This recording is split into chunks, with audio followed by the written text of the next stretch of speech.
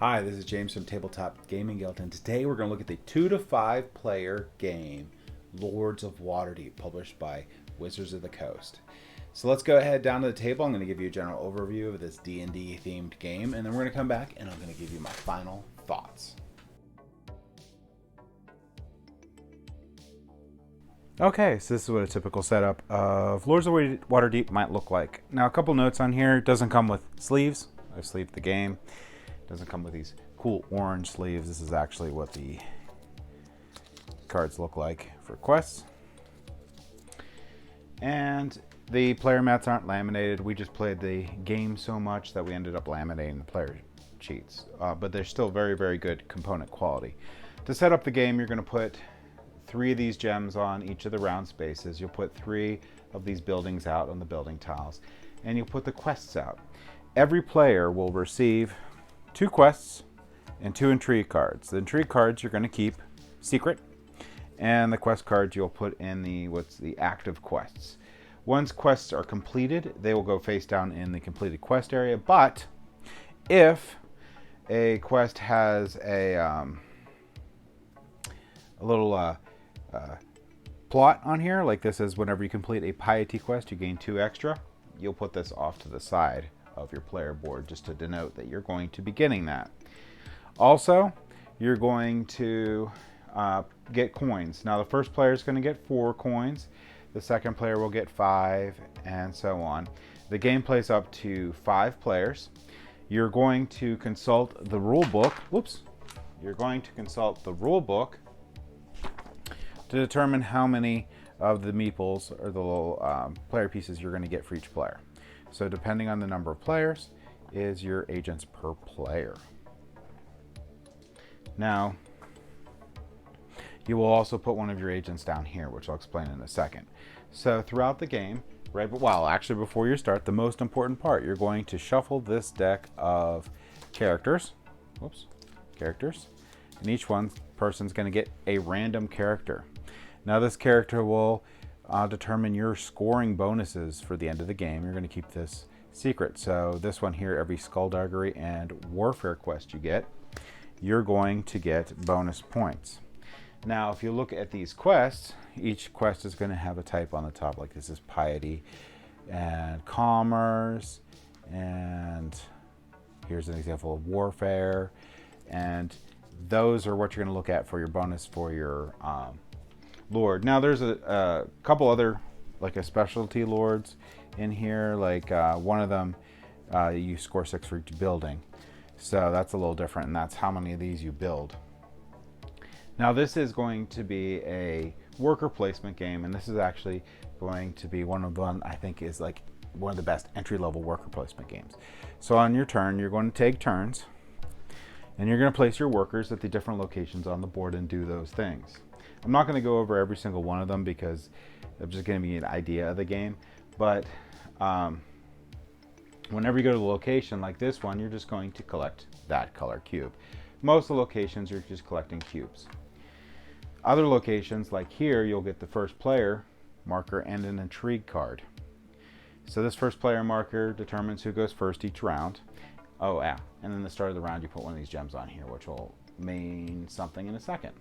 So this is for round 1, so each one is going to have a gem. So that's going to be that one. Here you just gain money. This you're going to gain cubes. What do you do with cubes? Well, you're going to try to complete quests. On your turn, you can complete 1 quest. And you have to have these resources to turn in here, which is what it requires, and you get the reward on the bottom. So once per turn, you can actually turn in one of these quests. You'll just return those goods to the supply. You'll never run out of goods. If you run out of cubes, just use other stuff. But generally, you'll have enough cubes. So you can complete 1 quest. Now, the other locations here, this one lets you actually play an intrigue card. These intrigue cards you got in the beginning of the game, you can't normally play unless you go to a place that lets you play them. And that's going to be Waterdeep Harbor. And it has another additional thing that's really cool. So you can play one of these intrigue cards, and there is a lot of different intrigue cards in the game. Giant stack. So this symbol means you draw. When it says play, you get to play. Now, when you play an intrigue card, you just read out whatever the action is and you do it. So, and they do some pretty cool stuff, like this one here lets you get 2 of any type of these resources you want, and other players get 1 of any type. So that'll help you complete these quests, which is going to be the meat of the game. And this is going to, see the little red number here, that's going to be your points that you're going to gain from completing the quest. Like here, you'll gain 10 points and a whole bunch of money. Other places on the board that matter is up here. This is how you're going to get more quests. Here you're going to get a quest, like any of these 4 quests that are face up, and 2 coins. Here you're going to get a quest and 1 of the intrigue cards. And here you get to actually reset the quest, put 4 new quests out, and select from there. After you pick up a quest, at the end of the turn you place another one on, and it just keeps going.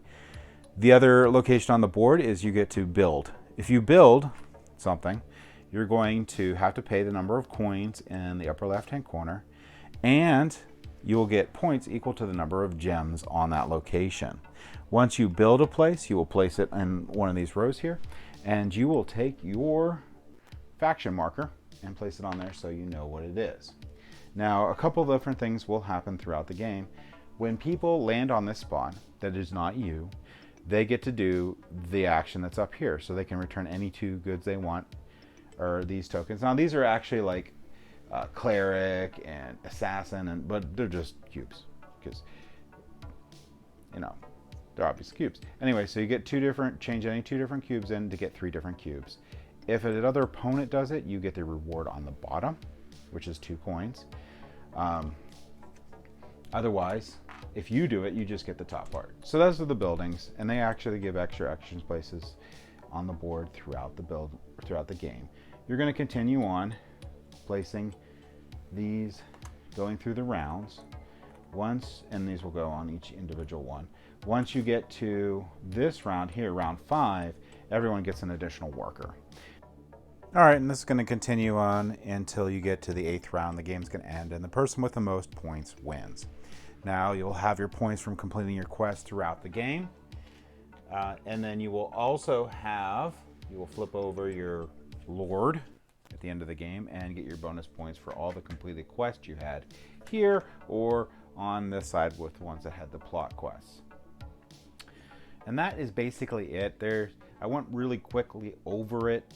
I didn't explain all the spaces or necessarily all the different things you're going to run into, but in general, that's the gist of the game. If you told someone that, they would have enough to get going with the game. That's how nice and simple it is to introduce and play to people.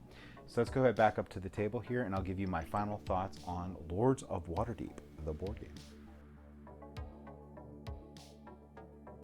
So Lords of Waterdeep is my de facto worker placement game for teaching anyone ever how to play a worker placement game, especially if they're new to the hobby and they like playing like RPGs and D&D, because although the theme is pretty much pasted on this game, there's no real, you're just collecting different colored cubes to complete different objectives. That's really what the game is.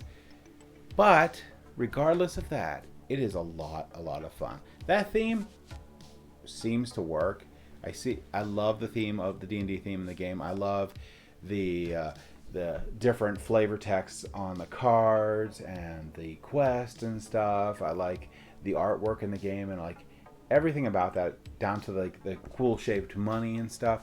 So that actually really adds on to it, even though it doesn't do anything like mechanically. It doesn't really make a whole lot of sense. But anyway, the game itself is a straightforward worker placement game that can get slightly more complicated as you go, but generally when you're teaching the game, you're going to be showing them the different spaces on there, and the iconography is wonderful in this game. It is very straightforward and easy to understand, so I do appreciate that a lot. It's a great introduction for anyone who wants to learn how that mechanic works and get into larger games like Inverna or Feast for Odin or anything like that. Also, the intrigue cards throughout the game are really fun. They add a little bit of player interaction in the game, because I don't think without the intrigue cards there would be very much player interaction. You can pretty much do Well, if you play the full player count, it becomes a little bit more difficult until you buy buildings. You can pretty much do what you need to with the different spots. You might be slightly inconvenienced through the different turns, but in general you can. Where the intrigue cards can stop a person that's or slow down people that are doing a great strategy, or help you out throughout the game. Like you can get those extra resources or little bumps you need. Plus putting people down, which I don't know that I mentioned in the overview, because it just generally gives you an idea how to play. You can, when you do go into the harbor area and you place your thing to do the where you can play the intrigue cards, at the end of the round, right before the round ends, those people get to place in order those meeples onto open spots on the board if there is any. So you not only are encouraged to play the intrigue cards by going there, but you can also gain extra actions. Well, that's the encouragement. You get extra actions on the board. So, wonderful game. I love it. It's a permanent staple to my collection. It'll be there forever. If you're looking for, if you've never played a worker placement game, this is great. If you've played worker placements, this is still great. So that is my final thoughts on Lords of Waterdeep. Thank you for watching.